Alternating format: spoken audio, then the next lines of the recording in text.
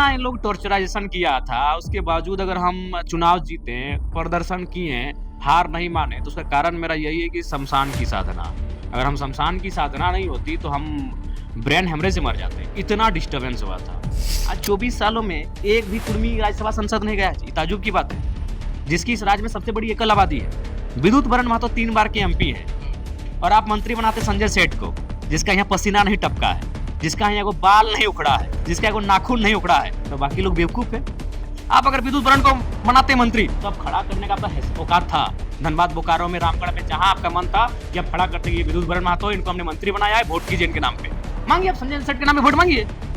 अरे भाई, आप उतना झारखंड के लोग बेवकूफ नहीं, बीजेपी झारखंडी है ही नहीं। खा लेंगे, हम जनता की प्रॉपर्टी है। खाना हमें जनता देती है, कपड़ा हमें जनता दे रही है, बदले में जयराम महतो सर्वस्व जनता को निछावर करते हैं। क्या बात है? ऐसे देख रहा था, ऐसे ऐसे ऐसा मैंने पब्लिकली हमको इग्नोर कर रहा था, और फिर ऐसे हम देख रहे थे, ऐसे खाना खा रहा है, ऐसे करके देख रहा है, ऐसे मोबाइल चला रहा है, मोबाइल का सीधा शीशा से कर दिया कि हम आपको देखें। खटकना तो खटकेंगे भैया, आप लूटोगे तो हम तो चुप रहेंगे नहीं, हम तो बोलेंगे। और मेरे साथ क्या नहीं हुआ, हमारे साथी टूटने लगे। जिनको हमने 1.5 लाख वोट दिलाया था लोकसभा में, वे कट गए। जिसको एक साथ दतवन को तोड़ के देते थे कि भाई लो दतवन सुबह हो गया है, वो आदमी लोग बिक गया। अभी कब?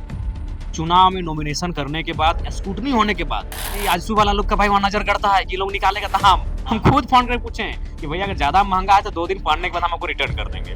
तो बोला काहे आप ऐसा करते हैं, विधायक माननीय विधायक बन गए हैं। वहाँ मैक्सिमम जो थे जेएमएम और कांग्रेस के ही लड़के थे, जो हमारे लिए सीटियां बजा रहे थे, वो मैक्सिमम जेएमएम और कांग्रेस के लड़के थे। देखिए, कारण इसका एक ये भी है। तो जेएमएम का गढ़ हुआ करता था, 20-20 साल विधायक रहे हैं, जगन्नाथ महतो, फिर बेबी देवी, इतने सारे प्रोटोकॉल, बड़े-बड़े हेलीकॉप्टर का आना-जाना। पीएचडी की पढ़ाई थोड़ा सा बहुत अलग है, तो आसान नहीं है, लेकिन ऐसे भी आसान काम हमें पसंद ही कहाँ है। जो चीज़ चुनौतियाँ हैं, उसी चीज़ों को हम स्वीकार करते हैं, तो पीएचडी भी पूरा करेंगे। तो उस पर भी काम करते हैं?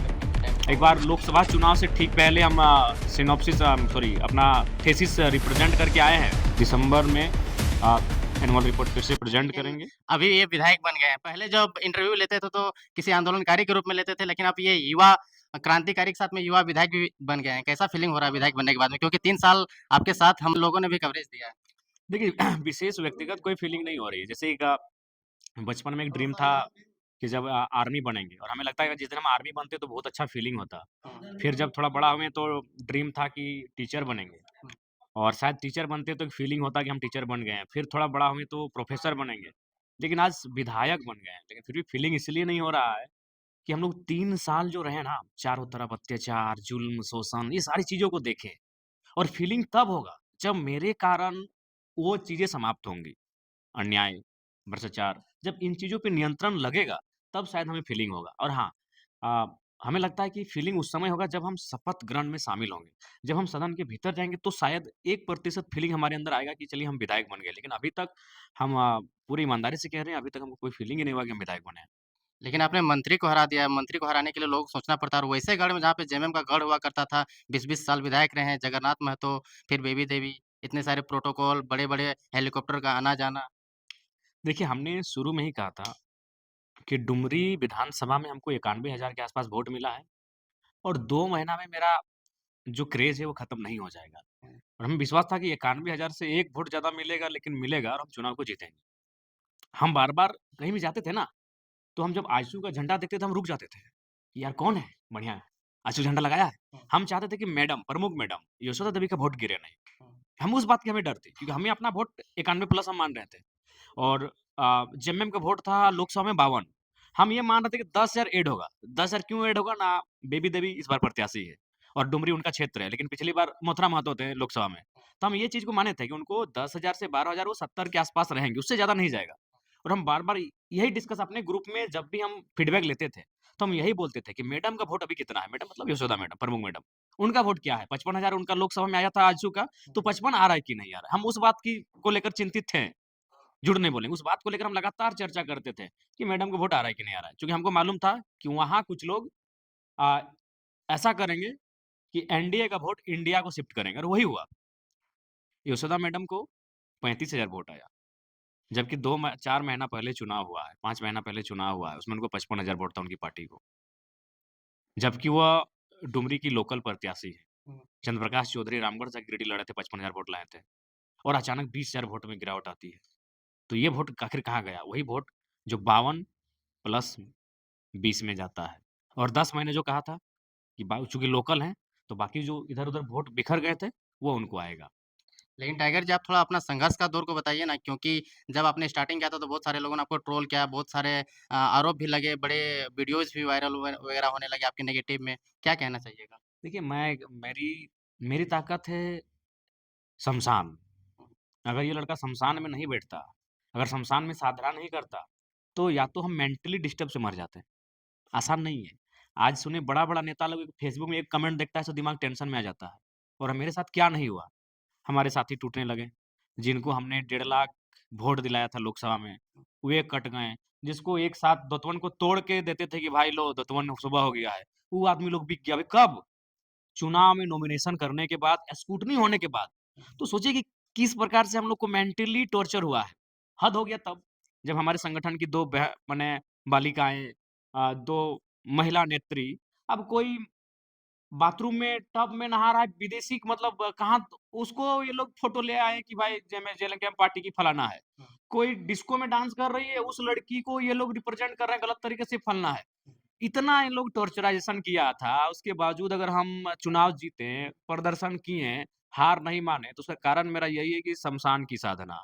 अगर हम शमशान की साधना नहीं होती, तो हम ब्रेन हेमरेज से मर जाते। इतना डिस्टर्बेंस हुआ था, क्या नहीं हुआ। मुद्दा खासकर जिन सीटों पे हम चुनाव लड़ रहे थे, वहाँ तो इंडिया और एनडीए में लड़ाई थी ही नहीं। इंडिया, एनडीए एक थी और टारगेट जेल कैंप। अब तमाम कमेंट्स को उठाइए, तमाम पोस्ट शेयर्स को देखिए, हर तरह से डिस्टर्बेंस किया गया था। एक साथी तो लाइव आते थे गला फाड़-फाड़ के। एक को तो माने गला गाली देने के लिए टिकट मिल गया। अच्छा। हाँ, एक प्रत्याशी जो हमारे धनबाद आपके क्षेत्र से? हाँ, हमारे क्षेत्र से, उनको केवल जयराम महतो को रोज़ 5 गो यूट्यूबर को बुला के गाली देने के लिए टिकट मिल गया।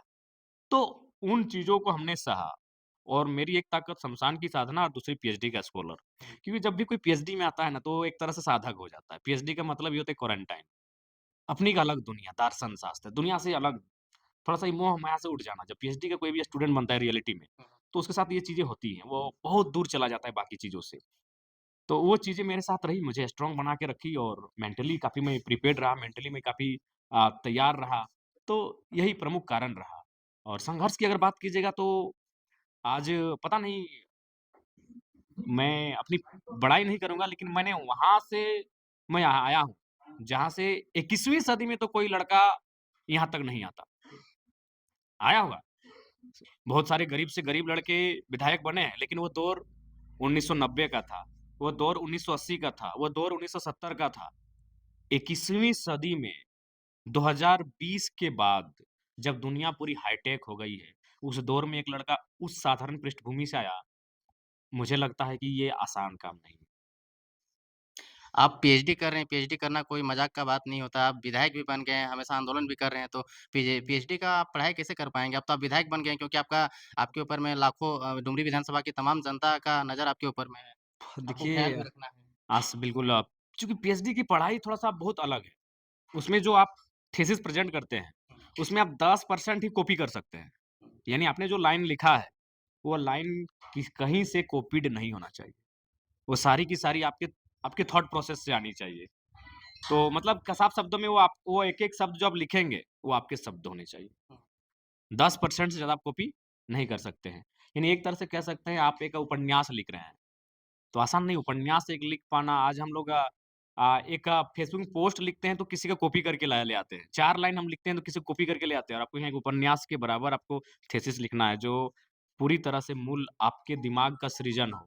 तो आसान नहीं है लेकिन ऐसे भी आसान काम हमें पसंद ही कहाँ है। जो चीज़ चुनौतियाँ हैं, उसी चीज़ों को हम स्वीकार करते हैं तो पीएचडी भी पूरा करेंगे। तो उस पर भी काम करते हैं कभी-कभी टाइम मिलता है? हाँ, काम तो हमको लगता है कि इसी आंदोलन के दौरान ही हम एक बार लोकसभा चुनाव से ठीक पहले हम सॉरी अपना थीसिस रिप्रेज़ेंट करके आए हैं और अभी मैडम ने हमको सितंबर में समय भी दिया था, लेकिन लो चुनाव सर पे था, तो वो पोस्टपोन हमने कर किया है। अब हमें लगता है कि दिसंबर में अ, एनुअल रिपोर्ट फिर से प्रेज़ेंट करेंगे कुछ चीज़ों में काम बाकी है, उसको लेकर एक दिन यूनिवर्सिटी का चक्कर काटना है। जी। ओथ सेरेमनी में जब आप सीएम के पहुँचे तो वहाँ पे इस यही ड्रेस था आपका, बहुत सारे लोग coat, blazer, tie, coat pant वगैरह मार के जाते हैं, ये फ़ॉर्मेलिटी आप दिखाए नहीं? देखिए, ये ड्रेस भी मेरा नहीं है। ये ड्रेस हो सकता है इस ड्रेस अगर इस ड्रेस को लेकर भी अब कुछ दिन बाद लोग इसका गूगल में दाम निकालने लगे। एडिडास। अब जो भी है, ये ड्रेस मेरा नहीं है। ये ड्रेस हम घर से पहन के गए थे काला रंग का जैकेट जो मेरी गाड़ी में होगा। हुँ, तो जब हम रांची गए तो सबने कहा कि नहीं इस सब काम में ब्लैक नहीं चलता है। हमारे जो साथी हैं बोला कि नहीं आप बढ़िया काम में जा रहे हैं तो काला रंग ठीक नहीं है। तो हम बोले ठीक है, तो फिर हमारे एक साथी रांची के हैं, सक्षम हैं, वो गए बगल में ही रांची में एक दुकान है कपड़े की, हुँ, हुँ, वहाँ से ये जैकेट हमको लाके दिए। हम उनको पूछे, हुँ। पूछिएगा गाड़ी में हम आने के बाद पूछे कि बताइए इसका दाम क्या है? क्या है कि खासकर ये आजू वाला लोग का भाई वहाँ नज़र गड़ता है कि ये लोग निकालेगा दाम। हम हाँ, खुद फ़ोन करके पूछे कि भैया अगर ज़्यादा महँगा है तो 2 दिन पहनने के बाद हम आपको रिटर्न कर देंगे।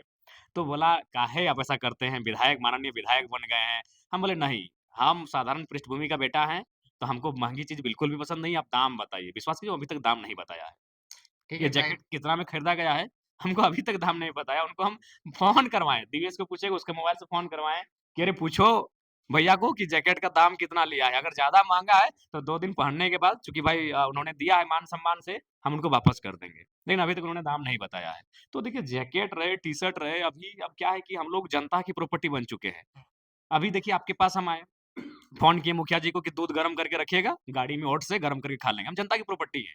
खाना हमें जनता देती है, कपड़ा हमें जनता दे रही है, बदले में जयराम मातो सर्वस्व जनता को निछावर कर देगा।